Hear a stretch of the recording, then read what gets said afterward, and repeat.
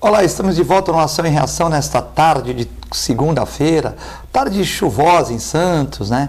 Hoje, dia 23 de setembro de 2019, dia do soldador, dia dos filhos, dia do sorvete, dia do técnico em edificações e dia do técnico industrial. Então é dia de todo mundo, né? Se é dia dos filhos, todo mundo é filho de alguém, né? Então, dia de todos nós, dia do soldador, dia do sorvete, dia do técnico em edificações e dia do técnico industrial, né? Hoje, na segunda-feira, conto aqui com o José Carlos Clemente, diretor clínico da Multimagem, também nosso articulista aqui das segundas-feiras. Tudo bem, Clemente? Tudo bem, Filete. Sempre um prazer estar aqui, né?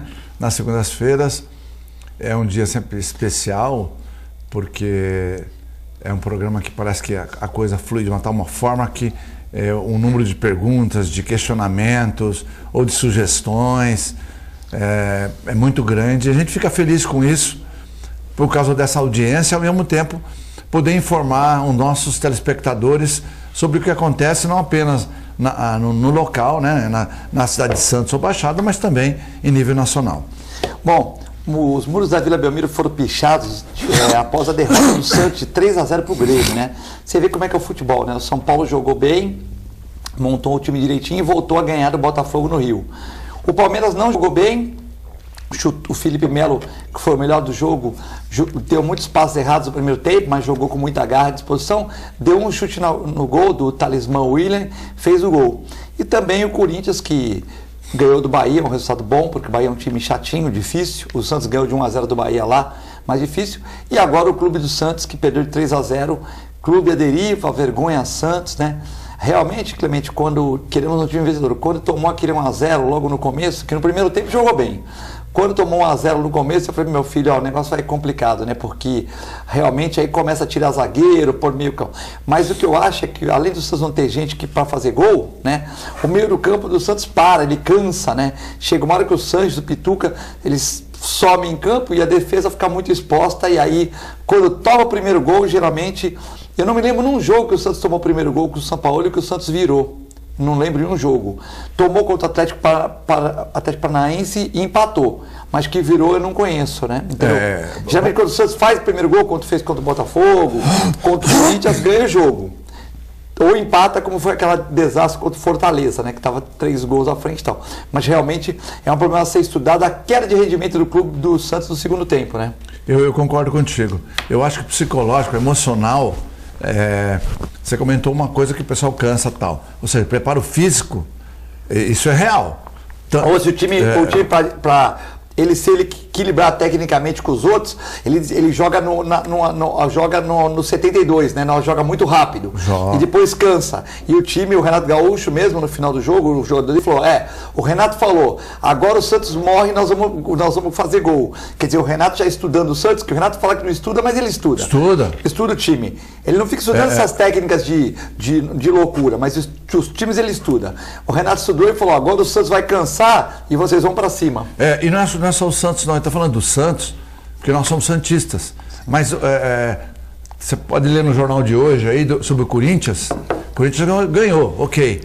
Mas o comentário é geral. O Corinthians não tem preparo físico adequado. E a gente pode passar isso para o Santos ou para a maioria dos times brasileiros, se você comparar com o Santos. O Santos ainda tem desculpa que joga com uma intensidade muito alta, né? Sim, mas qualquer time brasileiro não tem um preparo, por exemplo, de qualquer time estrangeiro de bom nível. Não tem. Então eu acho que isso é um aspecto. Um segundo aspecto, o Santos não tem um psicológico muito bom. Né? Não tem. O Santos também não tem um atacante matador. Né? Como era o Ricardo Oliveira na época e tal. Ele não tem. Kleber Pereira e tal. E aí toma um gol, ele se perde todinho e tal. Aí o que acontece foi perder do Flamengo lá, por exemplo, que é o melhor time de 1-0, perde lá no Rio. Jogando até que bem. Jogando até que bem. Tinha a chance até de ter empatado. E aqui em casa toma 3. Isso é que a gente entende por porquê da revolta da torcida. Sim. Teremos também muitos candidatos a prefeito em Santos, hein? Que coisa, hein? José Renato Quaresma, pré-candidatura, mandou aqui o Podemos no Sindicato dos rodoviários na sexta-feira agora às 19 horas, né? Vai estar Renato Abreu, Mário Covas Neto, enfim. E o Renato Quaresma, que é o primeiro, quer dizer, o primeiro não, é o primeiro pré-candidato que vai ter um lançamento de candidatura, né, Clemente? Porque outros já falaram, Rodolfo Amaral, Papa, algum do Paulinho, o Key, não sabe se vem assim, tal, o Ivan Sartori, desembargador, enfim. Mas agora o Zé Renato Quaresma já vai lançar pré-candidatura nessa sexta-feira.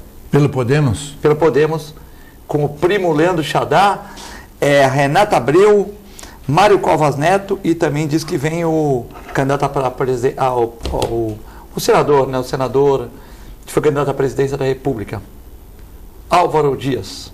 Não, Álvaro. Bom, então deve ser real. Deve ser uma candidatura real. Não, é real, tem Covid, tem tudo, é real sim. Entendeu? Não sei se depois coliga mais para frente, mas vai lançar a pré-candidatura. Eu acho que talvez isso aí seja uma maneira do pessoal tentar bloquear o Ivan Sartori, né? Porque o Podemos, de certa forma, estava mais ou menos alinhado com ele. Estava alinhado com o Ivan Sartori. O Ivan Sartori. Isso. Então, sobrou para o Ivan ou o PSL, ou o PSD. Mas o Ivan também pode sair candidato e colocar o Quaresma de vice também, né? Ou vice-versa, ou não pode? Pode. Até lá. Às vezes põe o cara no palanque e depois pode fazer coligações, né? Pode. Não, o fato é que está aumentando o número de candidatos. Quando nós fomos candidatos, eu e o Cassione, nós tínhamos 8, lembra, Cassione? Eram 8 pessoas. Eu acho que esse ano vai bater a gente, viu? Recebemos o professor Cassione aqui, uma grande satisfação nessa segunda-feira de frio aqui em Santos, chuvinha fina. Cassione, que também pode fazer seu comentário sobre o jogo do Santos, que nós temos um pequeno bate-bola, e também sobre a pré-candidatura do Renato Quaresma. Um beijo para vocês dois, queridos amigos, aos caríssimos telespectadores também. E eu estou satisfeito hoje, acordei de bom humor, espero terminar o dia com o mesmo humor com que eu acordei. Isso é bom, hein, Cassiano? Se você perguntar por que eu acordei de bom humor, eu não sei, que é difícil a gente acordar de bom humor no Brasil, em Santos, vivendo as coisas que a gente vive e vendo as coisas que a gente vê. De qualquer forma, com relação ao jogo do Santos, para mim já passou. Aquela tarde de sábado foi uma tarde em que durante 90 e poucos minutos eu assisti uma partida de futebol com o coração deixado guardado no cofre e sem emoção, porque eu sou o tipo do santista que tenho 2 tipos de comportamento. Se eu vou para o estádio, eu viro um verdadeiro selvagem. Por isso que eu nem vou, para não passar vergonha, porque eu não me seguro, etc e tal. Se eu fico sozinho vendo televisão, eu fico mais calmo. Se eu fico acompanhado, eu fico mais educado. Mas quando eu sei que eu tenho que fazer um comentário sobre o jogo que eu assisti e que eu estou assistindo, e tenho que depois ir para a televisão, no programa Esporte por Esporte do Armando Gomes. Sim. E eu tenho que ir para lá para fazer um comentário, eu assisto o jogo quadro a quadro, detalhe por detalhe, olhando o que aparece na tela, e infelizmente a tela não mostra o campo de jogo inteiro, mas vendo a posição dos jogadores, como é que os jogadores estão se movimentando, se uns estão andando, se uns estão se arrastando, se outros estão correndo inutilmente, se uns estão marcando, outros não estão marcando. E aí eu faço um comentário depois, com base no jogo que eu vi, não como torcedor do Santos, mas como alguém que tem que depois emitir uma opinião. É um analista mesmo, né? Analista. Eu fui anos repórter de campo esportivo, eu comecei com 16 anos. Aí as pichações na Vila. E depois fui esse a deriva, pelo menos alguém tinha que ensinar português para quem pichou. Ah, é. Clube a deriva. Tudo é bem. A com crase separado, Crase separado. deriva. Tem que perdoar, né, Cassione? Porque se teve um vereador de São Vicente que falou, eu vou falar 2 sílabas, parabéns, até que a deriva não está tão ruim, né? Não está tão ruim. Parabéns, né? Ali... Devia ser o estado de ânimo do sujeito que ele estava querendo escrever depressa. Com medo, né? De qualquer forma, quando eu estava entrando, eu ouvi o Clemente dizer uma coisa, e dificilmente eu e o Clemente divergimos, porque nós somos quase que almas gêmeas. Mas o Santos não tem um matador, eu ouvi ele dizendo, não tem um sujeito que faça gol. Mas, paradoxalmente, o Santos, até anteontem, era o melhor ataque do campeonato, antes do Flamengo passar à frente dele. Se o Santos não tem matadores, os outros times têm jogadores que já estão mortos. Não é?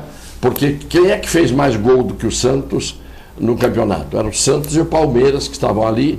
Aí o Flamengo desembestou, porque o Flamengo tem jogadores que, além de serem bons de finalização, estão finalizando na direção do gol, que é importante. O Santos tem finalizadores que finalizam nas arquibancadas, nas placas de publicidade e, quando muito, nas traves. Mas não é esse o problema. O problema é que o Santos tem hoje aquilo que no futebol a vida inteira era a alma de qualquer time. Um meio de campo, todo mundo dizia isso. Quem tem meio de campo, olha só, Dudu e Ademir, no Palmeiras. Não é? No Santos, Mengalvio e Zito. Antes, Jair e Zito. Seleção brasileira tinha Zizinho e Bauer, lá de 50. Seleção de 70, campeão, Clodoaldo, e ainda se dava o luxo de ter o Gerson e ainda ajudado pelo Rivelino. Rivelino, no Corinthians tinha o Rivelino. Tinha o Rivelino. No Botafogo, o Gerson. Então, todo time, o Didi no Botafogo, Garrincha, Didi, Quarentinha, Amarildo e Zagallo. Só tinha um rival para o Botafogo naquele tempo, que era o Santos, e que superava o Botafogo. Então, quando o time tem um meio de campo, ele tem estrutura, ele tem estacas para segurar o prédio. O Santos, no primeiro tempo com o Grêmio, teve meio de campo. Não tinha nenhum jogador excepcional, mas tem um jogador que é, para mim, muito bom, que é o Carlos Sanches, e o Pituca, que estava jogando bem. No segundo tempo, o Carlos Sanches pôs a língua de fora, entrou de muletas, e o Pituca de bengala. Os dois não aguentaram o segundo tempo. Nós falamos aqui que o meio campo para, né? Comentamos E o Renato Gaúcho sabe disso, né? E por falar, e o Renato Gaúcho no intervalo, segundo confissão do Everson, o Cebolinha, Everson, não é isso? Ele falou no final do jogo, ele disse, a repórter, aquela trêfega e buliçosa repórter, que eles não sabem perguntar para os jogadores. Eles perguntam, o que você achou do jogo? Não, nós fizemos, tal, temos que melhorar. E levantar a cabeça, aquela história de sempre que a gente já sabe. Agora é levantar a cabeça e pensar no próximo jogo. Eu tenho a impressão que andam todos de cabeça arrastando no chão. Não é possível levantar a cabeça, tem que levantar a cabeça na hora do jogo, para ver onde está o companheiro, que é o que o Soteldo não fez no segundo tempo. Fica o tempo todo driblando e olhando para as pernas dos adversários. Aí ele passa por 1, por 2, por 3, tem mais 5, ele quer passar pelos outros 5 e não passa a bola para ninguém. Ele tem que passar pelos adversários, mas tem que passar a bola para os companheiros na hora certa. Então eu não vou transformar o programa num programa esportivo, que os nossos telespectadores não estão obrigados a ficar ouvindo sobre isso, mas eu quero só dizer uma última coisa. O lateral direito do Santos Futebol Clube chama-se Vitor Ferraz. O Santos trouxe o Pará. Não jogou contra o Flamengo porque não podia jogar contra o seu ex-clube, por cláusula contratual. Mas por que não jogou contra o Grêmio? O Grêmio até foi um clube pelo qual o Pará passou. Se trouxeram o Pará para deixar no banco, porque tem que ter um jogador que marque na lateral direita. E o lateral direito tem que saber apoiar e tem que saber marcar.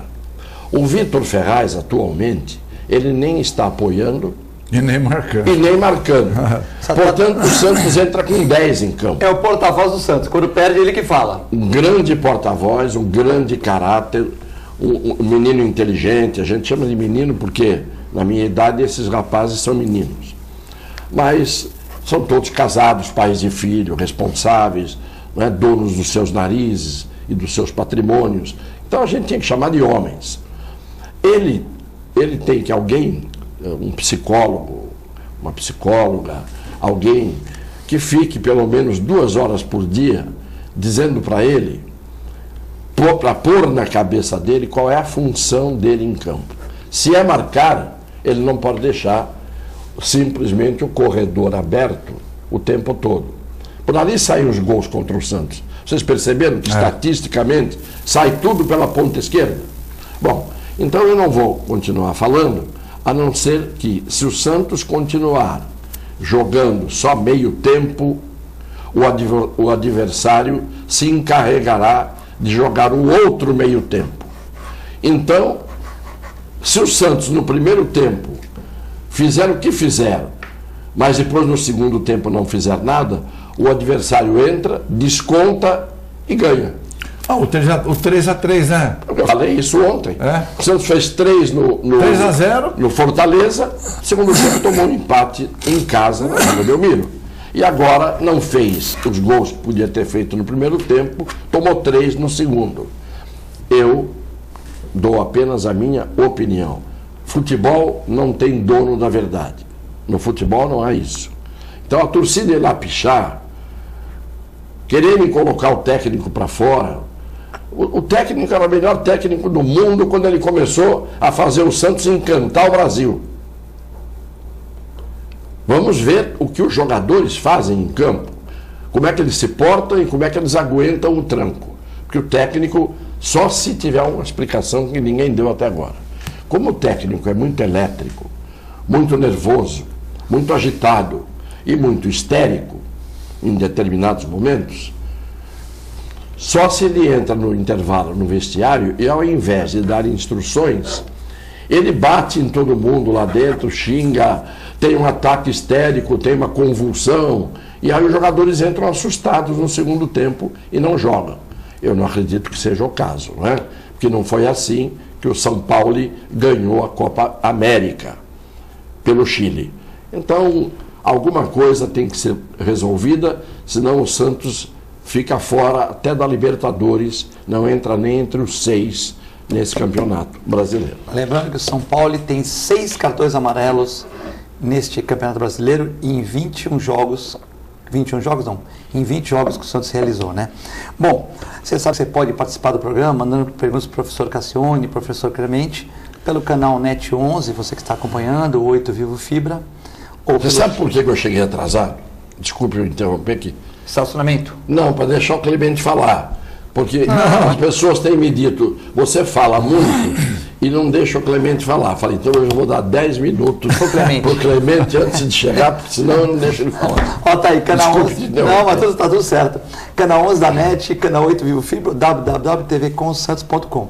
Quiser passar perguntas para o Dr. Cassione, para o Dr. Clemente, aqui nessa segunda-feira, você liga para o 13 99711 5545.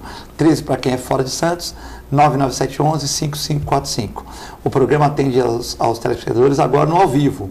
No reprise, 23 horas e 1 hora da manhã, nós agradecemos os comentários. Poxa, gostei da participação do Cassione, é isso mesmo, tal. Mas a gente não pode colocar aqui no ar porque são programas gravados e estão sendo reapresentados, né? Bom, muito se falou, né? O Clemente estava falando de outro assunto, que era dos prefeitos. Prefeito, então... Não, e ele disse que nosso tempo era um 8, não é? Isso. Sabe, agora inventaram uma brincadeira, não sei se muita gente é desse tempo. Vocês lembram do Guinho? da televisão. Lógico. O que ele dizia? Vamos brincar de pirata, quero brincar de pirata, lembra? Sim, sim. Hoje tem uma porção de gente que entendeu que candidatar-se a prefeito é mais ou menos ser o Guinho dizendo: quero brincar de prefeito, quero brincar de prefeito. Porque é o que nós temos tido, brincalhões como prefeitos de Santos há um bom tempo já. Essa aí é a primeira pré-candidatura. Vieram outros aqui, o Ivan Sartori, Rodolfo Amaral, enfim. Se fala no Kenny, no Rogério Santos ou no Fábio Ferraz. Tem outros aí que a gente esquece, né? Mas tem mais, o Clemente Me Ajuda, o Cassione também. O Rodolfo vem por qual? Até o filho do Cassione, Luciano Cassione, saiu no domingo na tribuna, uma foto bonita dele, dizendo que é um pré-candidato também. Não, ele não disse que é pré-candidato. Não, dizendo, não ele. Não, ele não disse. O jornal falava, ele cobrou do partido dele. Sim. Que o partido deveria ter candidatura própria. Sim. Que é um partido forte. Sim. Aí o repórter perguntou: mas e se o partido escolher o seu nome? Eu vou. Não, ele disse: eu estou à disposição do partido, mas em nenhum momento ele disse que ia se candidatar, nem manifestou interesse de se candidatar, nem manifesta. Colocaram que ele estava forçando o partido a pressão do partido. Falava: você tem que nos colocar na cidade. Aí o cara falou: então, se fosse você, se o partido achar que eu sou melhor, se o partido achar que eu sou melhor, eu vou. Se ele está no partido e está cobrando uma candidatura, ele tem que ir. Se o partido dissesse: olha, tem que ser você, Luciano Cassione, ele não podia dizer eu não, se ele está cobrando no partido, é uma questão de coerência. Sim. Mas ele não manifestou essa intenção e acho claramente que não é a intenção dele. Como o sobrenome é embora forte, eu tenho certeza preparado, que melhor do que muita gente ele é, e não é porque é meu filho. Como ele é preparado e ele tem um nome forte em Santos, né? Sempre as pessoas especulam, né, Cassione? Isso é uma coisa normal, né? É normal, é evidente. É normal. Ele está em que partido? PSB. PSB. Ah, ele está no PSB. PSB. Desde a candidatura do Ciro Gomes.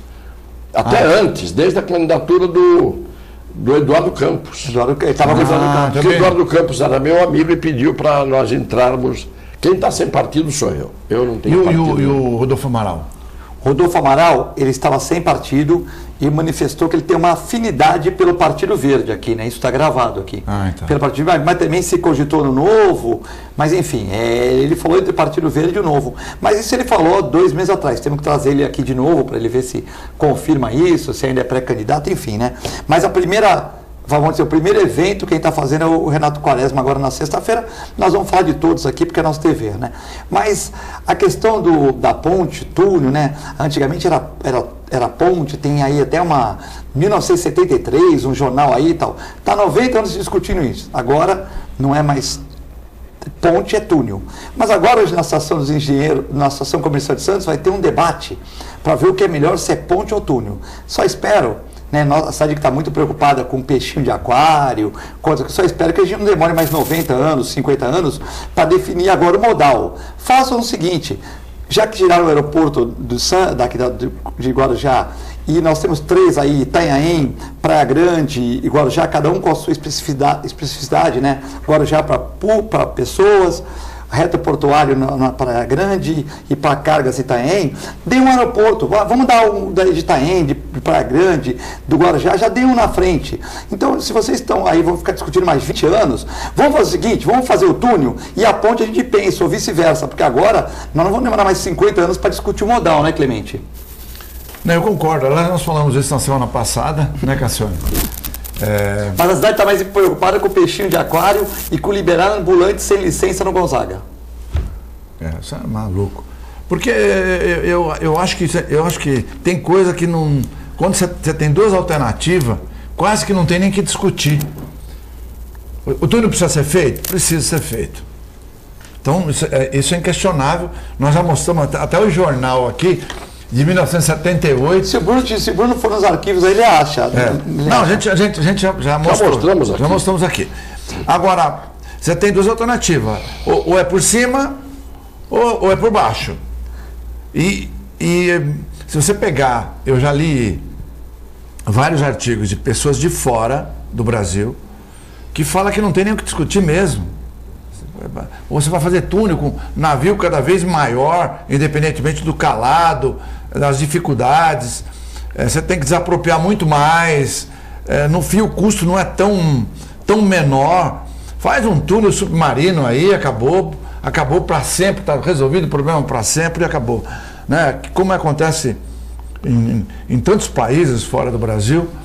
Então, eu acho que não tem muito o que discutir, não. É isso aí. E eles vão. Pior que discute aqui, e depois conclui que tem que ser por cima. Tem que ser ponte. Que eu fui no evento aí do LID, que não na semana passada, na semana anterior. Mas a ponte tem que ser bem alta, então, por causa dos navios que estão aumentando também. Pois né? Eu fui no LID, lá no Sheraton. Sim. É o LID Santos, vai. Que na verdade é a versão do LID lá de São Paulo. Que o Dória foi presidente.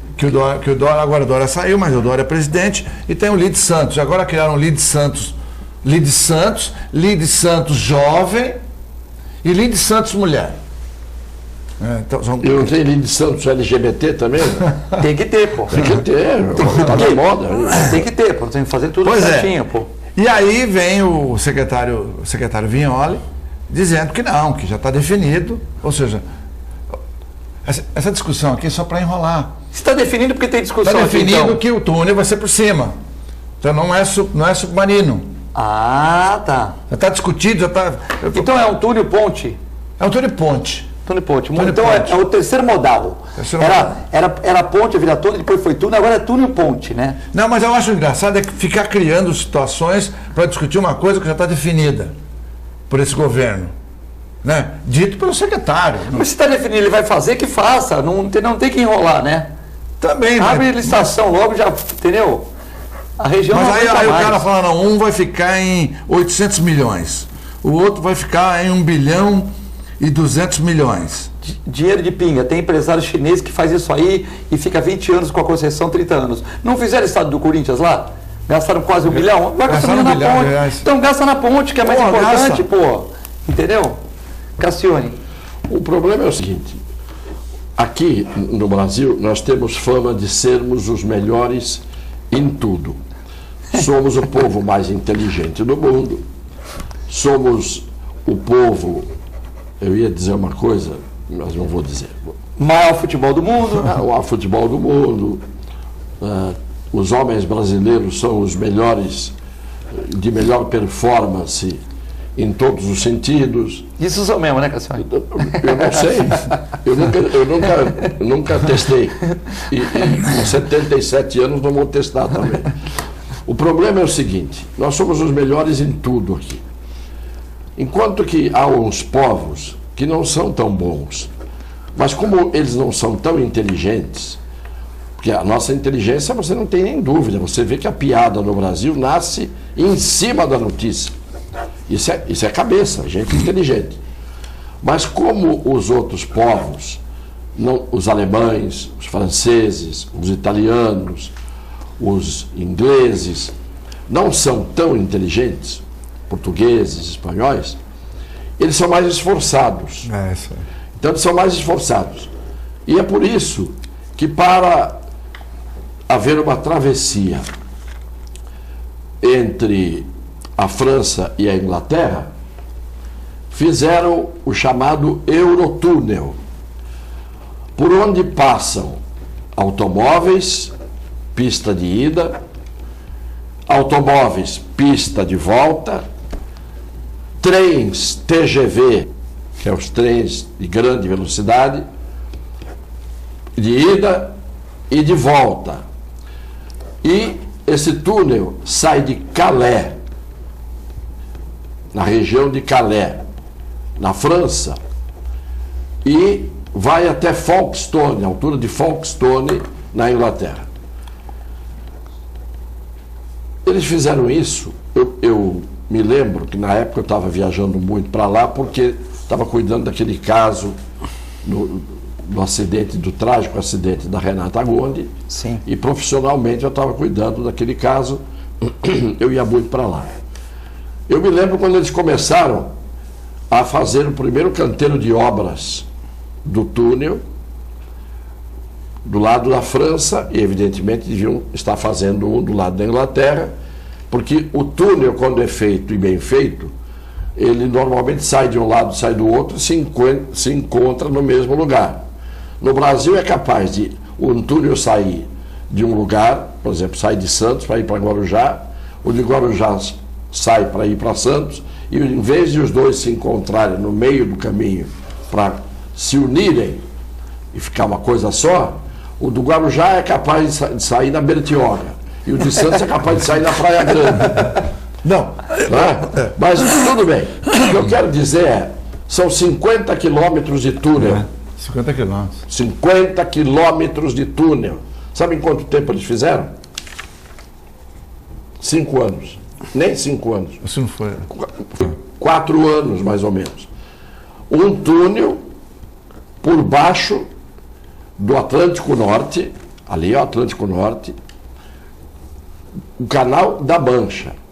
Com tudo isso que eu estou dizendo, que passa ali. Muito mais maré do que a nossa, tudo Você de trem atravessa em 2 horas e meia, 3 horas, você sai de Paris e chega em Londres em 3 horas e pouco de trem. Se eu não estou me enganando nas contas. Mas você vai ter que pegar esse de Calais para Frankston, depois vai pegar para Londres, não é isso? Não, ele vai direto. Ele vai direto. Eu estou dizendo, o túnel tem essa extensão. Depois ele continua. A linha férrea, depois a céu aberto, dos dois lados, vai para outros lugares. Vai de Lille para lá, vai de Paris para lá, né? Vai de Londres para cá, e assim por diante. Aqui, o tempo que levam, não para construir. Os chineses fizeram, em 2 anos, uma ponte de 40 quilômetros de comprimento. 40 quilômetros de comprimento sobre o mar. Os chineses fizeram em 2 anos. Agora, aqui tem 2 alternativas. Vocês falaram aí de túnel e ponte. Uma é fazer uma rampa do lado de cá e a outra rampa do lado do Guarujá. O cara vem acelerando, lembra aquelas coisas de... Speed Racer. Speed Racer. Sobe, o carro vai na velocidade, atravessa pelo ar e já cai certinho na outra rampa do lado de lá. Não tem isso, aqueles caras fazem isso? Essa é uma hipótese. A outra é pôr um monte de balsa também, né, Cassione? Essa da balsa já dei ideia, não gostaram. Essa da balsa que tem. Na Índia tem isso, sabia? Na Índia, eles emendaram várias balsas, era um lugar de 600 metros, puseram várias balsas, o carro passa. Quando passa uma navegação, ele abre a balsa. É evidente. Então, essa seria uma. Era melhor do que está hoje. É melhor do que está hoje. E a outra era embalar o carro dentro de uma coisa fechada, hermética, impermeável, e o cabo de aço do lado de lá puxa e ele vai por baixo d'água só puxado pelo cabo de aço.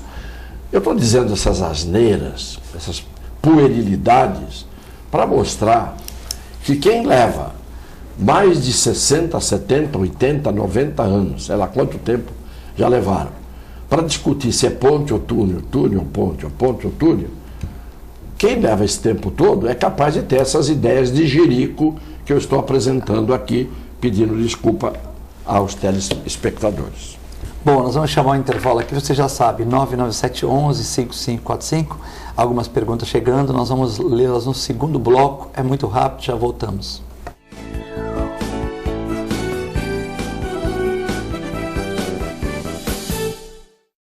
A Clínica Multiimagem é especializada em exames de radiologia e diagnóstico por imagem, investindo continuamente em tecnologia e trazendo constantes inovações para proporcionar à comunidade médica e seus pacientes diagnósticos ainda mais precisos. Sua nova e moderna estrutura, aliada à tecnologia de ponta, juntamente com o corpo clínico especializado, tornam a Clínica Multiimagem um dos centros de diagnósticos por imagem mais avançado do estado de São Paulo. Entre em contato pelo telefone 3202-1250.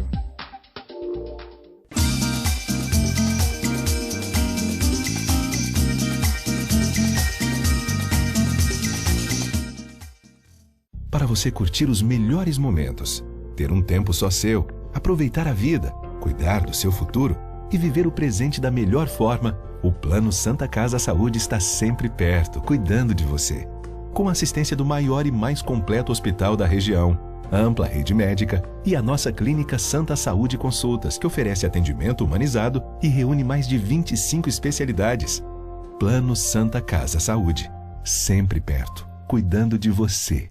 Se você quer algo diferente e está por dentro de tudo que acontece em sua cidade, mande dicas, sugestões de pauta pela nossa fanpage, facebook.com/tvcom.santos. Interaja com a programação da sua TV Com. TV Com, interagindo com você.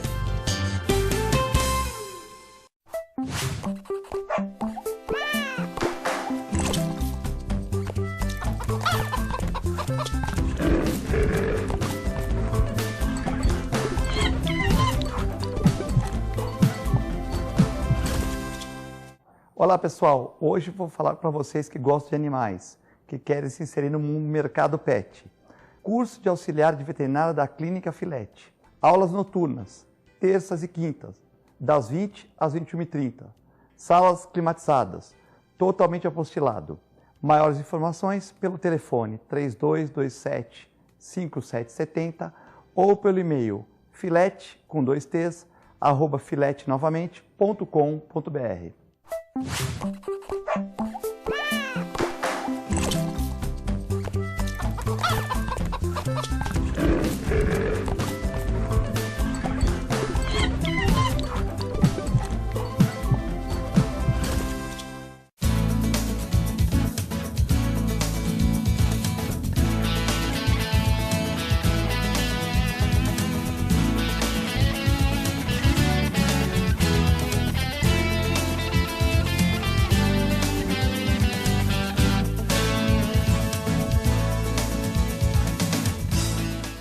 Agora os beneficiários do Plano Santa Casa Saúde contam com o novo 0800, oferecendo a você um serviço de urgência e emergência 24 horas, mais moderno, agilidade no seu atendimento e muito mais cuidado no seu socorro.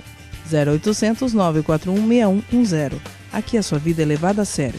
Apoio 9 Emergências Médicas. Se o barulho incomoda, imagine a doença. A dengue mata. Não deixe água acumular em objetos como vasos, pneus, latas, garrafas e mantenha fechados poços, caixas d'água e cisternas. Não cultive plantas em vasos com água e mantenha as calhas sempre limpas. Dengue. Vamos ao combate.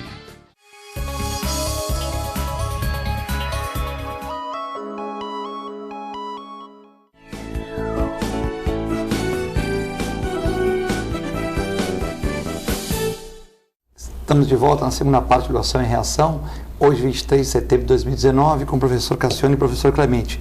Muitas participações, mas antes nós vamos passar o golfinho que foi encontrado na Praia Grande em estado de decomposição, no bairro da Guilhermina, né? Então a notícia chegou agora aqui, o golfinho, né? Encontrar uma pena, né? A gente tem que descobrir, levar esse golfinho, fazer uma necrópsia para descobrir se foi plástico, se foi alguma doença, para que a gente possa melhorar os meios de controle aí, né? Um golfinho na Praia Grande agora. Animal bonito, hein, Cassione? É inteligentíssimo também, né? O golfinho. Agora, eles andam costumeiramente sempre em bando. O golfinho não anda isolado. Para ter acontecido isso com um, às vezes pode ter sido também uma patologia. Uma doença, né? Uma patologia. Uma doença, e ele se afasta mesmo. Você teria que fazer uma necrópsia. Mas tem hoje já ia ser obrigatória a necrópsia. Isso, a necrópsia. Obrigatória. Para que a gente saiba o que aconteceu, né? Se foi E até para evitar, se alguma coisa que possa acontecer com outros, a gente possa evitar. A Adalgisa está dizendo aqui que queria que vocês comentassem. O professor Cassione sempre traz uma avaliação brilhante, com propriedade. O Clemente também é muito bom. Penso que diante das derrotas e rebaixamentos, torna importante um trabalho de autoestima dos jogadores e treinador, para que se mostrem corajosos e potentes novamente para os próximos jogos, né? E ela acha, Clemente, que agora contra o Fluminense no Rio e o CSA são dois times que estão meio abaixo na tabela, tal, que o Santos tem condições de se reabilitar e fazer os 6 pontos, mas que precisa fazer um trabalho de um trabalho de psicológico com os jogadores, segundo ela, é psicóloga, né? A Adalgisa. O Cassione já comentou isso no bloco anterior. Acho que o psicológico sempre é importante, sempre é muito importante, né? E o Santos, sempre que começa perdendo, ele acaba acaba complicando. O único jogo que ele começou perdendo foi o Atlético Paranaense, que o Santos estava com um time misto e o Atlético também.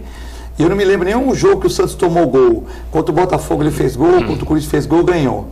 Contra o Flamengo ele tomou, não conseguiu virar. Contra o Palmeiras tomou, foi goleado. Contra o Grêmio tomou, foi goleado. Todos os jogos que o Santos tomou gol é uma desgraça também, né? Não, é complicado. Ele não consegue se reabilitar. E o outro fato importante realmente é o preparo físico. Que eu acho que não é exclusividade do Santos, não. Hoje tem uma crítica no jornal sobre o Corinthians, sobre o preparo físico do Corinthians. Mas eu diria que no Brasil parece que os clubes não se preocupam muito no preparo. Se você vê tem um que ver jogo... a média de idade do clube também, né? Por exemplo, o Carlos Santos já tem uma idade meio tal, né? Então, assim, tem que ver a média. Mas tem. Mas no geral também, Filete. Mas o Santos é um time de garoto, né? O Sacha tem 25 anos, né? Sim. O Soteldo é novo. O Pituca é novo. Mas se você vê a molecada da zaga é toda nova. Se você vê qualquer clube europeu, o cara corre o tempo todo e aguenta os 90 minutos sem problema nenhum. Aqui realmente não aguenta. A gente está falando do Santos porque nós somos santistas, mas isso vale para os outros. Inclusive, o comentário de hoje no UOL está exatamente sobre isso aí. Quer dizer, o Corinthians ganhou de 2-1, mas os caras já estavam pregados. Se continuar mais um pouquinho, ele não consegue. O Palmeiras ganhou de 1-0 num chute ao gol do William, que como o Cassione falou ontem muito bem no programa que nós tivemos o Armando Gomes, é o talismã, na sorte. Se for ver mesmo, o Fortaleza teve mais domínio de jogo. É que o Palmeiras acertou, não é isso, Cassione? Fez um chute no William, bateu no zagueiro e entrou, né? Agora o Santos joga com o Fluminense. O Fluminense está em terceiro de trás para frente. O Fluminense ganhou do Corinthians, né? Naquela falha do Cássio, que é um bom goleiro, mas naquele dia falhou. Depois perdeu outro jogo e perdeu agora também. Então, mas você pega... Tomou goleado do Goiás. Avaí, Chapecó, Fluminense e Grêmio. Se você pegar de trás para frente. Então, o Santos tem a obrigação de ganhar do Grêmio lá. Do Fluminense. Aliás, do Fluminense. Mas o Santos... E depois do CSA aqui, o CSA também está É um time chatinho, né? Porque, por exemplo, o Corinthians empatou, o Santos empatou lá. Ele é o quinto de trás para frente. Não, mas é chato. O Santos empatou, o Corinthians empatou. E o Flamengo só ganhou porque não jogou lá. Eles venderam o jogo para Brasília. Então também o Flamengo não ganhava naquela época deles. Mas o Santos, por tradição, é um ressuscitador dos mortos. É verdade. O Santos reabilita os times que estão sempre lá embaixo. Até o Cruzeiro. Só não podemos reabilitar o Oswaldo de Oliveira, né? Mas o Santos reabilita esses times que estão mal. Né? Não há dúvida nenhuma. O que esse negócio de preparo físico, eu acho, é o seguinte. O jogador brasileiro, ele esquece que ele não é só boleiro. Que agora é boleiro. No meu tempo era jogador de futebol. Hoje é boleiro. Os boleiros, eles são, em tese, atletas. Tanto que a vida útil de um boleiro vai até 34, 35 anos. Pelé parou com 34 anos. Pelé. Depois jogou mais 2 anos em Nova York, mas lá era outra história. A maioria para nessa faixa de 34, 33, 35 anos. Então a vida útil de um boleiro é essa. Alguns, pela própria condição física, genética, porque se cuidam mais, porque dão mais valor ao seu corpo, porque é um meio de vida, ainda duram um pouco mais. Zé Roberto, por exemplo. Zé Roberto é um exemplo clássico. Agora, o que acontece? Hoje em dia, o que eles querem é jogar bola. Quando a gente ia jogar bola na praia, vamos jogar bola na praia? Vamos. Ia tudo para a praia. Põe a bola lá, ninguém tinha preocupação com preparo físico. Era tudo molecada, a gente entrava e começava a correr atrás da bola. O terceiro tempo era melhor, né, Cassione? Era melhor. Que tomava aquela tubaína na padaria, né? Pois é. Era melhor. Primeiro, segundo, o terceiro, cada um levava na época R$1, na época um cruzeiro, né? Um cruzeiro para tomar tubaína na padaria. Exatamente. O cruzeiro que eu ganhava vendendo gibi na porta do cinema. Mas o problema era o seguinte. Naquele tempo, nós estamos falando de crianças e adolescentes, rapazinhos, jogando bola na praia. Hoje, o futebol exige muito mais do físico do que em outros tempos, é evidente. Se você pegar o tempo do Santos Futebol Clube com Atier, Silvio Pinheiro, Oswaldo, não sei o que lá, e Alfredo, Siriri, Camarão, Feitiço, Mário Seixas e Lugu, que é um time da década de 30, naquele tempo não eram atletas, não é? Agora, hoje são atletas. E são atletas que fazem questão de mostrar que são, tiram as suas camisas no final do jogo, porque o uniforme do clube que se dane, o patrocinador que se dane. Já não tem patrocinador, o pouco que tem, o cara quando faz o gol tira a camisa. Né? Só tem um jeito hoje em dia. É o patrocinador conseguir dar uma grana para o jogador e fazer a tatuagem do patrocinador aí sim. Porque o que aparece mais é a tatuagem do que o uniforme. E tal amarelo prejudica o clube na frente, quer dizer, o clube é prejudicado, por quê? Sim, mas aí a CBF deixa tirar a camisa e aí aparece a tatuagem e tal. O que eu quero falar? Eu quero falar que eles não têm tempo de se cuidar. Um atleta profissional que ganhe, por exemplo, 600 mil reais por mês, tinha a obrigação de dedicar tempo integral, isto é, das 8 ao meio-dia, das 3 às 6, tá ótimo, a sua atividade profissional, que é treinar fisicamente, condicionamento físico, treinar fundamentos, aprender a chutar, porque são jogadores de futebol que alguns não aprenderam a chutar até hoje, a não ser a canela e o corpo do adversário. Aprender a chutar, aprender a entender que a bola tem que ser chutada naquele espaço de 7,30 metros, que vai entre uma trave e a outra trave, aprender a cabecear. Cabecear principalmente não com o cocuruto, mas com a testa e de olhos abertos, como ensinou sempre o cidadão maior jogador do mundo, Pelé. Pelé dizia, não dá para fechar o olho na hora de cabecear. É de testa, olho aberto, para você olhar a bola chegando em você e para onde você vai endereçar a bola. Hoje não. Hoje eles saem do treino correndo para ir para os seus carrões. E aí vão passear nos seus carrões. Com um foninho no ouvido, ouvindo as suas belas sinfonias de Beethoven. Tá certo? Não? E aí vão depois à noite para as baladas, não estou falando que são todos, mas o que explica que jogadores que têm 24, 25, 26 anos de idade tenham cãibra no primeiro tempo, às vezes? Quer dizer, isso é falta de condicionamento. Claro. O sujeito é atleta, a profissão dele é essa, ele é remunerado na Série A, até na Série B, por um salário que, por salário mínimo, o sujeito, coitado do trabalhador braçal, às vezes, na construção civil, se gasta muito mais do que um desses grandes ídolos do esporte, que não sabem que o tempo de trabalho não é só entrar no campo, fazer um rachinha, um João Bobo, ou fazer um treino coletivo mal e porcamente e ir para casa, curtir a vida, ver televisão, ver filme, ver Netflix, não sei o quê, e outras coisas mais. E esse é o problema. Vai na Europa para você ver. Treinam de manhã e à tarde. Não tem nem concentração, está ao nível de comprometimento, né? E a começar pelo Cristiano Ronaldo, que além de treinar de manhã e à tarde, treina por conta dele. O Cristiano Ronaldo tem muito mais a performance que ele tem pelo condicionamento físico que ele adquiriu a vida inteira do que pelo talento com a bola.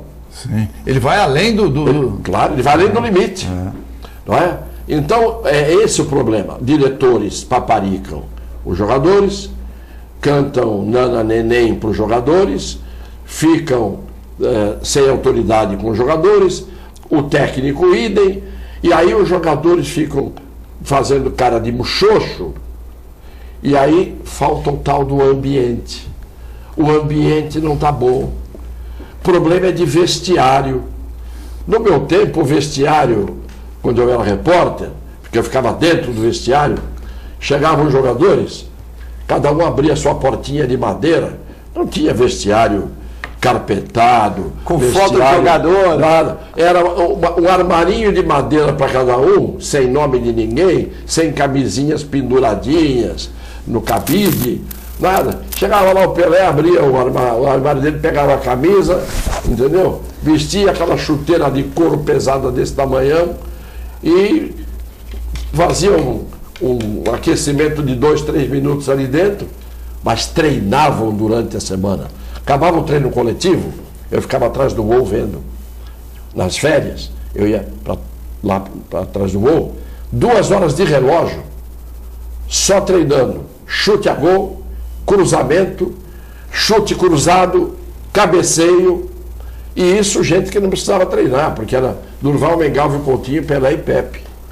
Entendeu? Sim. Agora hoje, com esses arranca-tocos que estão aí, esses trogloditas, esses brucutus, vai lutar MMA em vez de jogar futebol. A gente quer ver jogo. Clemente, tem uma pergunta aqui importante. A Hélida Duarte, né, que é pós-graduada em Relações Públicas pela Universidade de São Paulo, está me custando a digerir, Clemente, a morte da menina Ágata Vitória Salles Félix, de 8 anos, assassinada com um tiro nas costas quando voltava para casa no morro, no Complexo do Alemão, no Rio de Janeiro. Aumenta as dificuldades de aprovação dos pacotes e pontos mais polêmicos do pacote anticrime do ministro da Justiça, Sérgio Moro. Em um estado que o governador não teve o mínimo de pudor humano, segundo ela, em comemorar, como se comemora um gol do Flamengo, a morte do sequestrador do ônibus na ponte Rio-Niterói. Em entrevista ao Roda Viva, o governador afirma: mira na cabecinha e atira. Então ela está questionando a morte da menina de 8 anos, tal, no Rio de Janeiro, neste final de semana. Eu acho que tem que fazer 2 análises. Inclusive eu estava lendo uma análise de um americano. Morre 65 mil pessoas no Brasil pela violência. Tá? Como é que funciona, especialmente nos Estados Unidos? Eu não vou nem falar dos outros países da Europa, mas como é que funciona nos Estados Unidos? A polícia age na defesa do cidadão. E é praticamente impossível, num fogo cruzado, por exemplo, entre bandidos e policiais, eventualmente não existir uma vítima inocente. É praticamente impossível.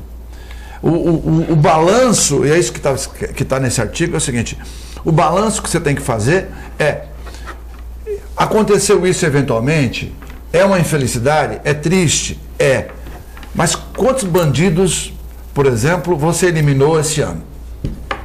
Esse é um ponto de interrogação. Eliminaram muito mais bandidos esse ano, né? Eliminaram um monte de bandidos por conta disso aí. Se o foco for só a Ágata ou só uma outra pessoa, você se esquece do outro lado. Porque se o policial também ficar amarrado aqui, ele não puder atacar aquele que estava agredindo, porque parece que houve um tiroteio, eu acho que tem que ser pesquisado. Não é que não seja, mas o artigo estava muito claro. O que aconteceu? Sempre nos Estados Unidos, sempre é muito comum que aconteça morte de inocente num trabalho policial.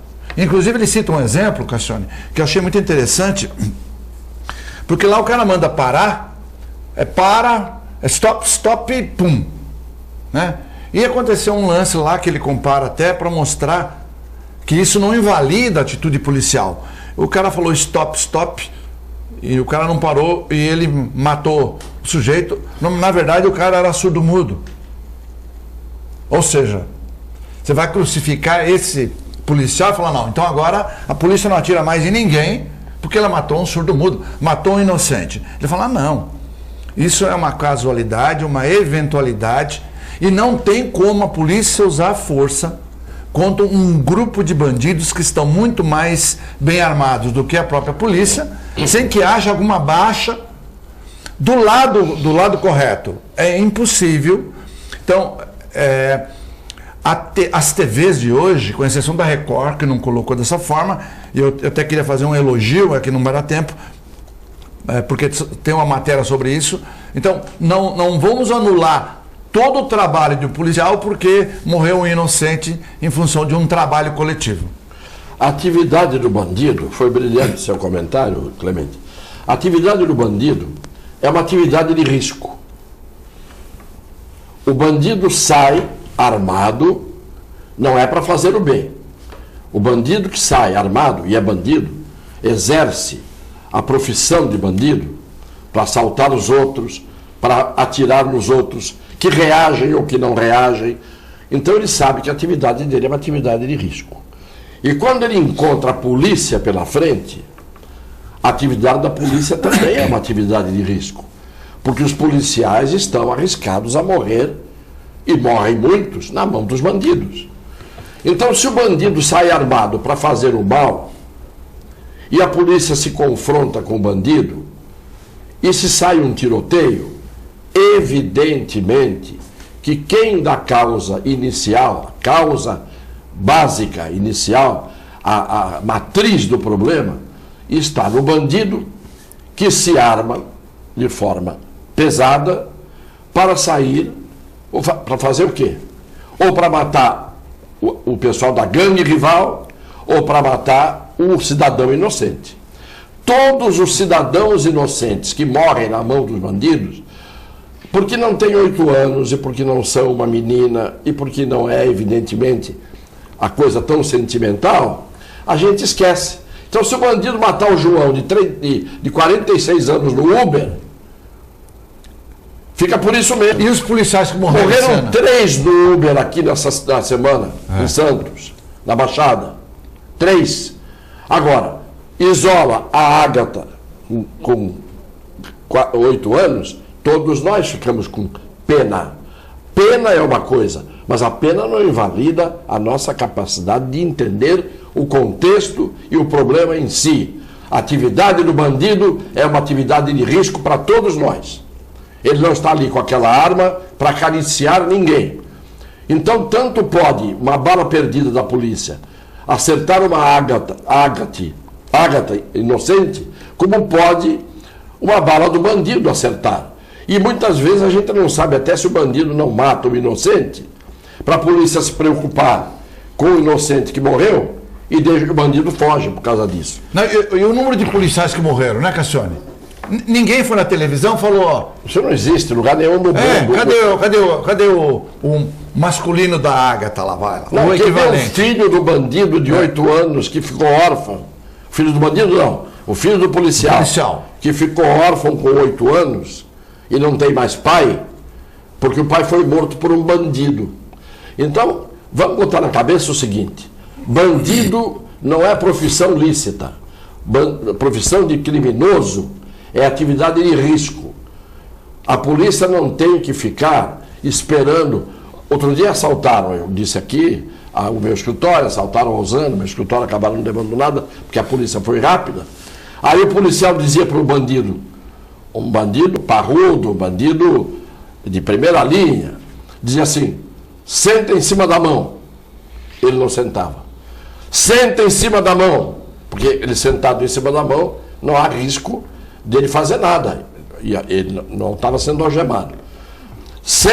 Falaram mais de 10 vezes para ele sentar em cima da mão, ele não sentava. Nos Estados Unidos, era senta em cima da mão. Senta em cima da mão. Na terceira vez, quando ele fizesse um movimento, ele já tomava o tiro. Por quê? Porque o policial não sabe por que ele não está sentando em cima da mão. Para usar as mãos. É evidente. E para usar as mãos o quê? Para aplaudir o policial que o prendeu? Vamos começar a pensar sem ser politicamente correto. Claro que a gente chora intimamente a morte de crianças inocentes e de todos os inocentes que morrem na mão da polícia ou do bandido. Mas tem que ver em que contexto isso acontece. Bom, vamos encerrar o programa. Queria agradecer ao Cassione, o Clemente, né? Nessa segunda-feira, desejar para vocês uma excelente segunda-feira, um excelente início de semana. Fique com Deus e com a nossa assistência à programação. Muito obrigado.